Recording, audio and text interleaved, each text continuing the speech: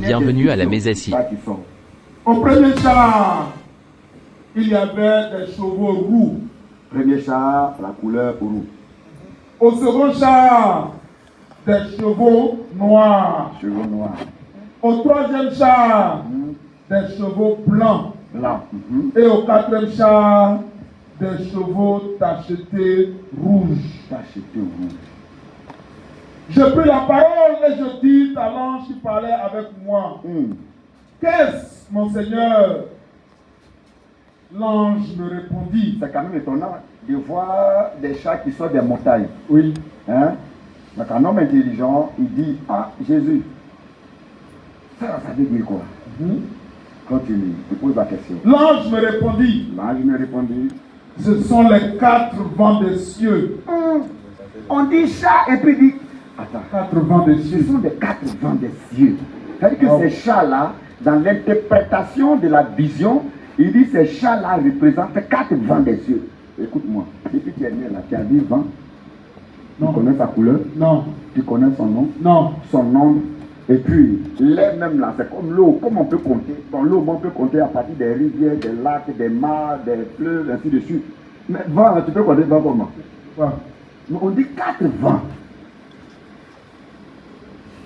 Maintenant, quand vous prenez, donc ces chats représentent les 4 vents. Amen. Maintenant, quand vous prenez la Bible et puis vous examinez ces 4 types de vents, vous allez remarquer que la Bible parle par exemple du vent d'Orient, vent d'Occident, vent de Midi, vent de Septentrion.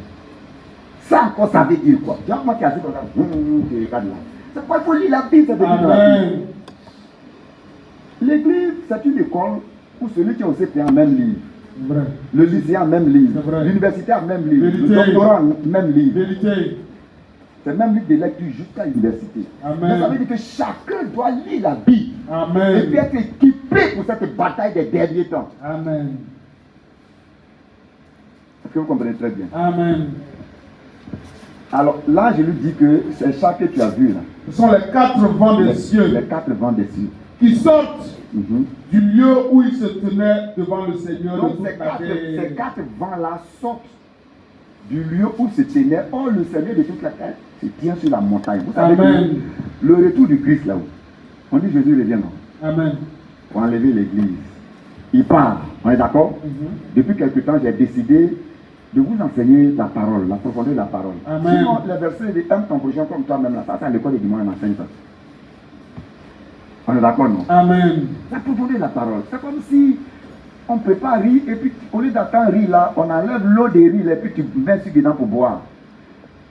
Puis c'est le même à se dire. Il faut manger le fond même. Quand c'est bien cuit, il faut bien manger. La nourriture Donc solide. accepter la nourriture solide. Amen. Écoute, la Bible nous parle de ces vents-là qui sortent d'une montagne sur laquelle le Seigneur de toute la terre se tient.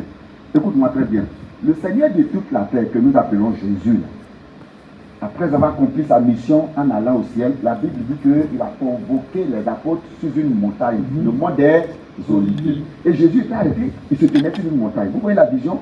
Jésus était sur la montagne. Et Jésus dit, hé, vous recevrez une puissance, le Saint-Esprit se viendra sur vous. Allez-y, prêchez la bonne nouvelle, guérissez les malades. Il était toujours sur la montagne, hein. Il a donné rendez-vous aux apôtres sur la montagne. En ce moment, il se préparait à aller définitivement au ciel. Là où il allait jusqu'à aujourd'hui, il Jésus au ciel. C'était sur la montagne, il a fait sa dernière réunion. Maintenant, ce passage dit, la montagne sur laquelle le Seigneur de toute la terre se tient. Donc, je t'explique. Maintenant, Jésus est sur la montagne et puis il donne des ordres à Pierre. Prêche la parole, ne sois pas complaisant. Jean, fais ceci, garde ma maman Marie, si elle meurt, écris un livre qu'on appelle Apocalypse. Donc, il donne une recommandation. À partir de la montagne, maintenant, il part au ciel. La Bible nous dit dans le livre de Zacharie que, à son retour, là, il viendra s'arrêter sur cette même montagne. Vérité. Donc il est parti au ciel d'une montagne, il reviendra d'une montagne. Et c'est sur cette montagne-là que la Bible dit que les chars là sortent avec 4 couleurs et que le vent sort. Amen. La Bible a des mystères, la Bible est... Père. La montagne sur laquelle mon Seigneur Jésus a arrêté. Et puis des chars sortent. Et ces chars-là, c'est toi qui es assis dans ces chars. C'est quelle guerre tu vas faire puis tu vas rater? Aucune. Quand ils sont déterminés à te combattre et à te vaincre, toi, tu as des chars qui sortent là où Jésus a arrêté. Or, il est le Seigneur des Seigneurs. Amen. Il est le puissant guerrier. Amen. Il est le triomphateur. Amen. Il est l'éternel des armées. Il a arrêté et il a arrêté sur une montagne. Et des chars sortent. Mais ce qui m'intéresse là, c'est le char tacheté au rouge là. Ça m'intéresse. Tout ce que j'explique, c'est un décor que je plante. Ce char là, continue. Oui. Verset 7. Les rouges sortent Les rouges sortent de la montagne. et demandent à aller parcourir la terre. Écoutez, quand ces rouges là sortent là, ils n'inventent pas. Vous voyez, quand les chars rouges là, les soldats qui sont dessus, quand ils sortent là, la Bible dit qu'ils demandent. Non, ils vont demander qui? Mais c'est celui qui a arrêté sur la montagne. Amen. Non, il faut que vous compreniez ce que je dis. Hein. Les chars sortent avec des armes au poing. Mais les soldats qui pilotent ces chars-là étaient le moteur. Et puis celui qui a arrêté sur la montagne, dit bon, on va où? On combat quel pays? On combat quel peuple? Ma fille, regarde-moi, c'est moi qui parle. Maintenant, si il dit rien, est-ce que les chars y ont? Non. On partit. L'ennemi qui est devant toi là, on dit, lui aussi il a reçu une colle pour te vaincre. Et il va te vaincre. Ça, c'est ce que ça t'a donné comme mandat. Donc, si tu veux aller combattre là, il faut prendre soin de poser la question. C'est ce qu'on appelle l'intimité. Amen. La relation. Amen. L'église est une armée. Et Jésus est le général. Vérité. L'église doit avoir une relation avec Jésus. Mais quand tu es sur la montagne, là, quand tu veux t'adresser à lui, tu restes dans ton char ou bien tu montes aussi sur la montagne. Monte sur la montagne. C'est pourquoi l'église doit monter sur la montagne. Amen. L'église doit rentrer dans les moments de prière. Amen. L'église doit rentrer dans les moments de jeûne. Amen. L'église doit consulter Dieu. Amen. L'église doit prendre du temps de la prière. Amen. Donc Jésus dit, veillez et priez, car vous ne savez ni l'heure ni le jour. Donc quand ces chants-là sortent là, ils demandent où devons-nous aller. Amen. L'ange leur dit, L'ange leur dit, allez, allez parcourez la terre. sur l'ordre de l'ange de l'Éternel. Parcourez la terre maintenant. L'église doit parcourir la terre. Amen. Matthieu 24, verset 14. Que cette bonne nouvelle soit prêchée sur toute la terre. Et alors viendra la fin des temps. Amen. Donc, en même temps que l'armée rouge combat, en même temps l'armée rouge est appelée d'envahir le monde avec l'évangile. Amen. Quand on parle de l'armée rouge, de toutes les nations de la terre, c'est quel pays qui a une armée qu'on appelle l'armée rouge? La Russie. La Russie. Aujourd'hui, c'est quelle armée qui tient tête à la grande puissance? Et la Bible appelle ça Magog, une armée puissante. Donc vous voyez la manière dont la Russie détient l'arme la plus puissante au monde. Dieu est en train de dire, oh, vous voyez, c'est prophétique. C'est pourquoi l'armée, c'est l'armée rouge. Et l'armée qui doit vaincre Satan est une armée aussi rouge. Il n'a pas dit Amen. Ou bien tu es dépassé par la révélation. L'armée qui doit vaincre Satan est une armée rouge. Parce que ma Bible me dit, dans Apocalypse chapitre 12, verset 7, il y eut guerre dans le ciel. Michael et ses anges combattirent contre le dragon et le dragon combattit, mais il ne fut pas trouvé le plus fort. Le verset 11 dit, ils ont vaincu le dragon. Ils ont vaincu Satan. Ils ont vaincu les démons. À cause du sang de Jésus. Le sang de Jésus à quelle couleur? Rouge. My God, tu n'as pas clamé Jésus encore. Donc, la tenue que nous portons, c'est le symbole du sang de Jésus. Amen. Qui donne la victoire. Qui donne la victoire. C'est pourquoi cette armée qui saute là, c'est une armée rouge. Et l'ordre a été donné d'envahir toute la terre. Amen. L'église doit envahir la terre. L'hérité. C'est pas les sorciers qui doivent envahir la terre. C'est pourquoi je demande aux enfants, allez-y à l'école. Amen. Pour envahir dans 20 ans, 30 ans les bons postes de la Côte d'Ivoire. Au nom de Jésus. Soyez les ministres, soyez Amen. les députés, soyez Amen. les présidents, Amen. soyez les professeurs. Écoutez, dirigez la nation. Amen. On doit investir dans la vie de nos enfants pour qu'ils réussissent. Amen. C'est l'Assemblée nationale, il y a 300 élus. Tous les dieux. On décide d'abolir beaucoup de choses. Plus de bois de nuit. Sur les 300 là, 250 bons chrétiens votent. Matin, bois de nuit, c'est fini. On est sûr, on n'est pas sauvé. Sauvé. Ceux qui s'exhibent, baïa là sur les réseaux sociaux, on dit oh, tu fais ça à 5 ans de prison, maca. C'est bon ou c'est pas bon? C'est très bon. Mais quand il n'y a pas de chrétiens là-bas, ils sont assis entre eux. Avant même de venir à l'Assemblée nationale, ils font leurs réunions mystiques. Et puis quand ils viennent là, et puis ils introduisent les lois bizarres, et puis ils sont obligés de subir. Et puis on dit Seigneur Jésus, délivre-nous. Ah, t'es délivré comment? Vous comprenez un peu? Amen. C'est pourquoi il est écrit, après on va consulter, l'ange dit, ne partez pas seulement dans un quartier, Parcourez la terre. parcourez la terre. Nous, notre terre là, c'est à Bobo. Parcourez à Bobo. Notre terre, c'est à Abidjan. Parcourez à Abidjan. Amen. C'est-à-dire que partout où tu arrives là, chrétien, il faut qu'on reconnaisse que toi là, tu es le sel de ce lieu. Amen. C'est ta façon de parcourir la terre de ton quartier. Qu'on reconnaisse que toi, chrétien là, tu es la lumière de ce quartier là. Amen. Alléluia. Amen. Je me souviens dans un village, maintenant on a électrifié le village, alors que ça fait depuis 1960 avant l'indépendance. Ils sont dans le noir. Dieu merci, on a installé des lampadaires. Les agents de sérieux sont venus allumer ça à 19h. 19h fait déjà nuit, non? 20h, 19h. Bon, ils viennent de plus en plus sur le bouton. Bon. Imaginez-vous la lumière qui a paru dans le village.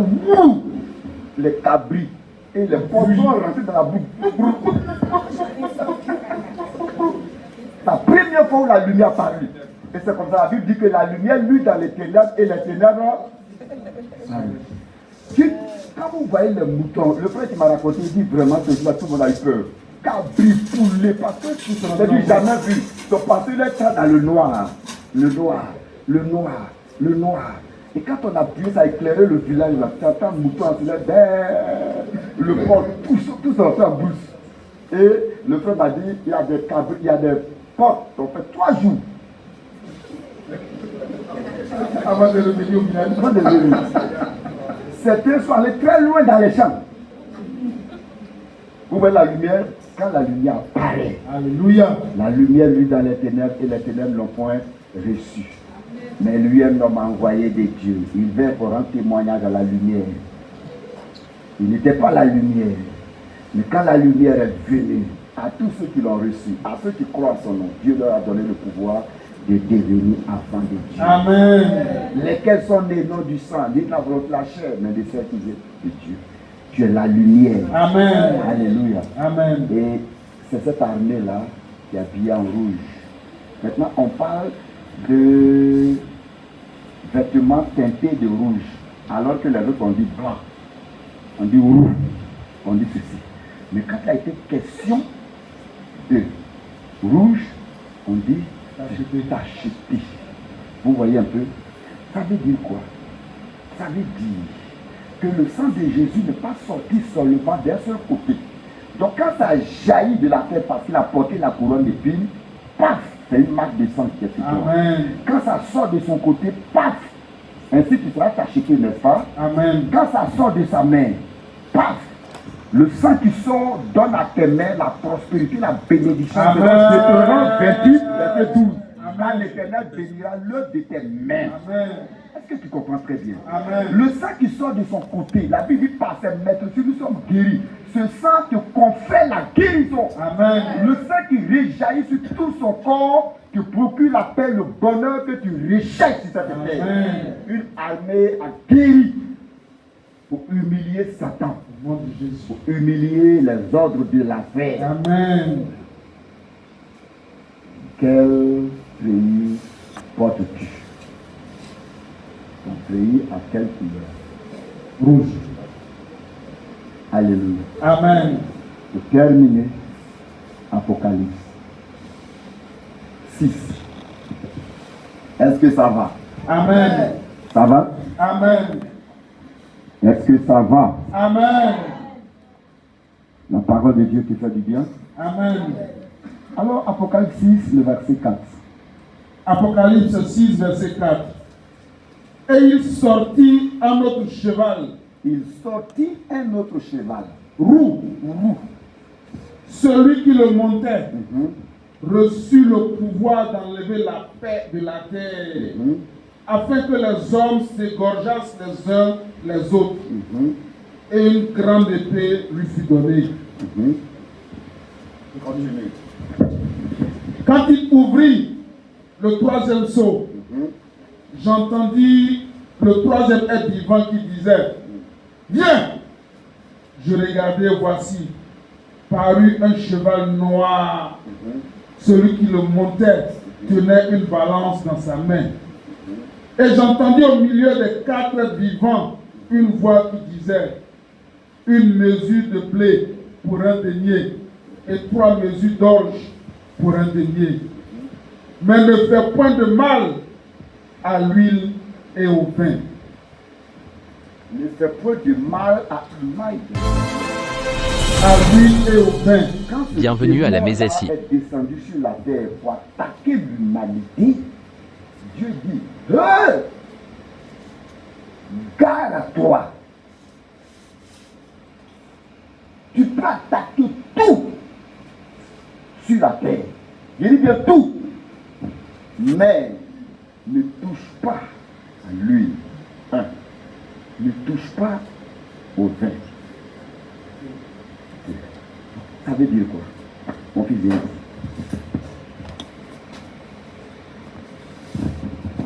Voici un démon. Reprends ce verset pour que l'Église puisse comprendre le combat. Et j'entendis au milieu des 4 vivants une voix qui disait: une mesure de blé pour un denier et 3 mesures d'orge pour un denier. Ça, c'est une prophétie qui parle de l'augmentation des denrées C'est alimentaires. ça même. Quand Henri est sorti là, on a crié: ouh, on a accepté. Ça va monter encore. Mais ne fais point de mal à l'huile et au vin. Bien. Symboliquement, écoutez-moi très bien. Une restriction a été donnée à cet esprit-là d'attaquer l'huile et le vin. En réalité, suivez-moi bien. Nous avons sur nous l'huile du Amen. La Bible dit que Amen. l'huile coule sur qui? La tête d'Aaron, Il faut dire ça coule sur Papa la tête de Raymond. Daddy, Papa Raymond. de Daddy, L'huile coule sur la tête de. Daddy, Et quand ça coule, ça descend où? sur sa barbe, La barbe là, ce sont les responsables. Amen. Et puis on dit ça descend où? sur le bord de son C'est vêtement. vous les fidèles. Amen. Maintenant, quand l'huile coule, là, l'huile est le symbole de quoi? Saint-Esprit. En un mot, ne touche pas l'huile. Il ne faut pas toucher tous ceux qui ont le Saint-Esprit en eux. Hein. Amen. C'est l'image de l'huile qui était dans la lampe des 5 ans. Vierge. Donc Satan va tout faire. Mais quand tu as l'huile de Dieu en toi, là, il y a une restriction. Et il ne faut pas toucher Charles, parce que Charles est rempli de Saint-Esprit. Il faut t'amuser, il faut rôder. Mais si tu as mordu Charles, on arrache tes crocs. Et ne touche pas aussi au vin. Jésus a dit: ce vin est le symbole de son sang. Donc quand tu as l'huile du Saint-Esprit et que tu as le sang de Jésus sur toi, dans cette guerre-là, tu sortiras toujours vainqueur. Parce que il lui a été donné de vaincre les saints. Mais en même temps, Jésus dit: c'est ton patron Satan qui a dit de vaincre les saints. Mais ceux qui ont l'huile sur eux et qui ont le vin sur eux, tu vas tout faire. Mais en passion. En passion. Zone interdite. En passion. Vous savez, à Bidjan, c'est quand tu te déplaces et puis tu trouves un endroit où on a des crânes avec 2 os comme ça. Là. Ça veut dire, vous voyez un peu. Un jour, je suis allé avec un ami pasteur au plateau. Au plateau est devenu, c'est pas plateau d'hier. Donc, nous, on arrive quelquefois, on veut se soulager. On n'a pas vu cet écrit interdit d'uriner sur peine d'amende, ça. Et quand on finit, on s'en va, voici quelqu'un qui a entrepris les agents municipaux là. Ils sortent, ils disent: monsieur, ramassez. Et puis à mon collègue pasteur, il dit: ramassez. Il dit: mais toi aussi, comment on peut ramasser ça? Il dit: ramassez. Il dit: mais pourquoi? Et puis il nous dit: regardez, C'est maintenant mon ami et moi, on regarde, c'est écrit interdit. Mais on a déjà fini. Oh Satan là, pour ne pas qu'il se trompe un jour pour te tuer, tu vas dire je ne savais pas où. Dieu le garant maintenant. Il ne faut pas toucher l'huile. Il ne faut pas toucher le vin. Tu n'as pas parlé Jésus. Regarde comment Jésus t'aime. C'est le Saint-Esprit. Et c'est le sang de Jésus. Donc, même que les démons engagent les guerres, il y a un panneau qui dit attention, attention, attention. On appelle ça en Côte d'Ivoire signalement. Ça signale, ça signale. Et quand tu marches, les démons même respect pour toi. Amen. Parce que le sang de Jésus est sur toi. Amen. Parce que lui, il est sur toi. Amen. Alléluia. Dis avec moi, cheval rouge. Cheval rouge. C'est le combat spirituel. C'est la guerre. Amen, amen, amen. Amen. C'est la guerre. Est-ce que c'est compris? Je vous ai dit tout à l'heure que ce n'est pas pour mener une guerre maintenant, mais que chacun se prépare à la maison. À partir d'aujourd'hui, souviens-toi qu'il est écrit que Satan a préparé une armée pour attaquer les saints. C'est vrai. Attaquer les saints. Quand tu dis que tu es chrétien, on t'attaque. Mais je viens de te rassurer que Dieu dit que tu ne dois pas baisser les bras, tu dois combattre parce qu'il a déjà pris un décret pour ne pas que ces démons-là t'atteignent. Ils te feront la guerre, mais ils ne te vaincront pas. Tiens-toi debout.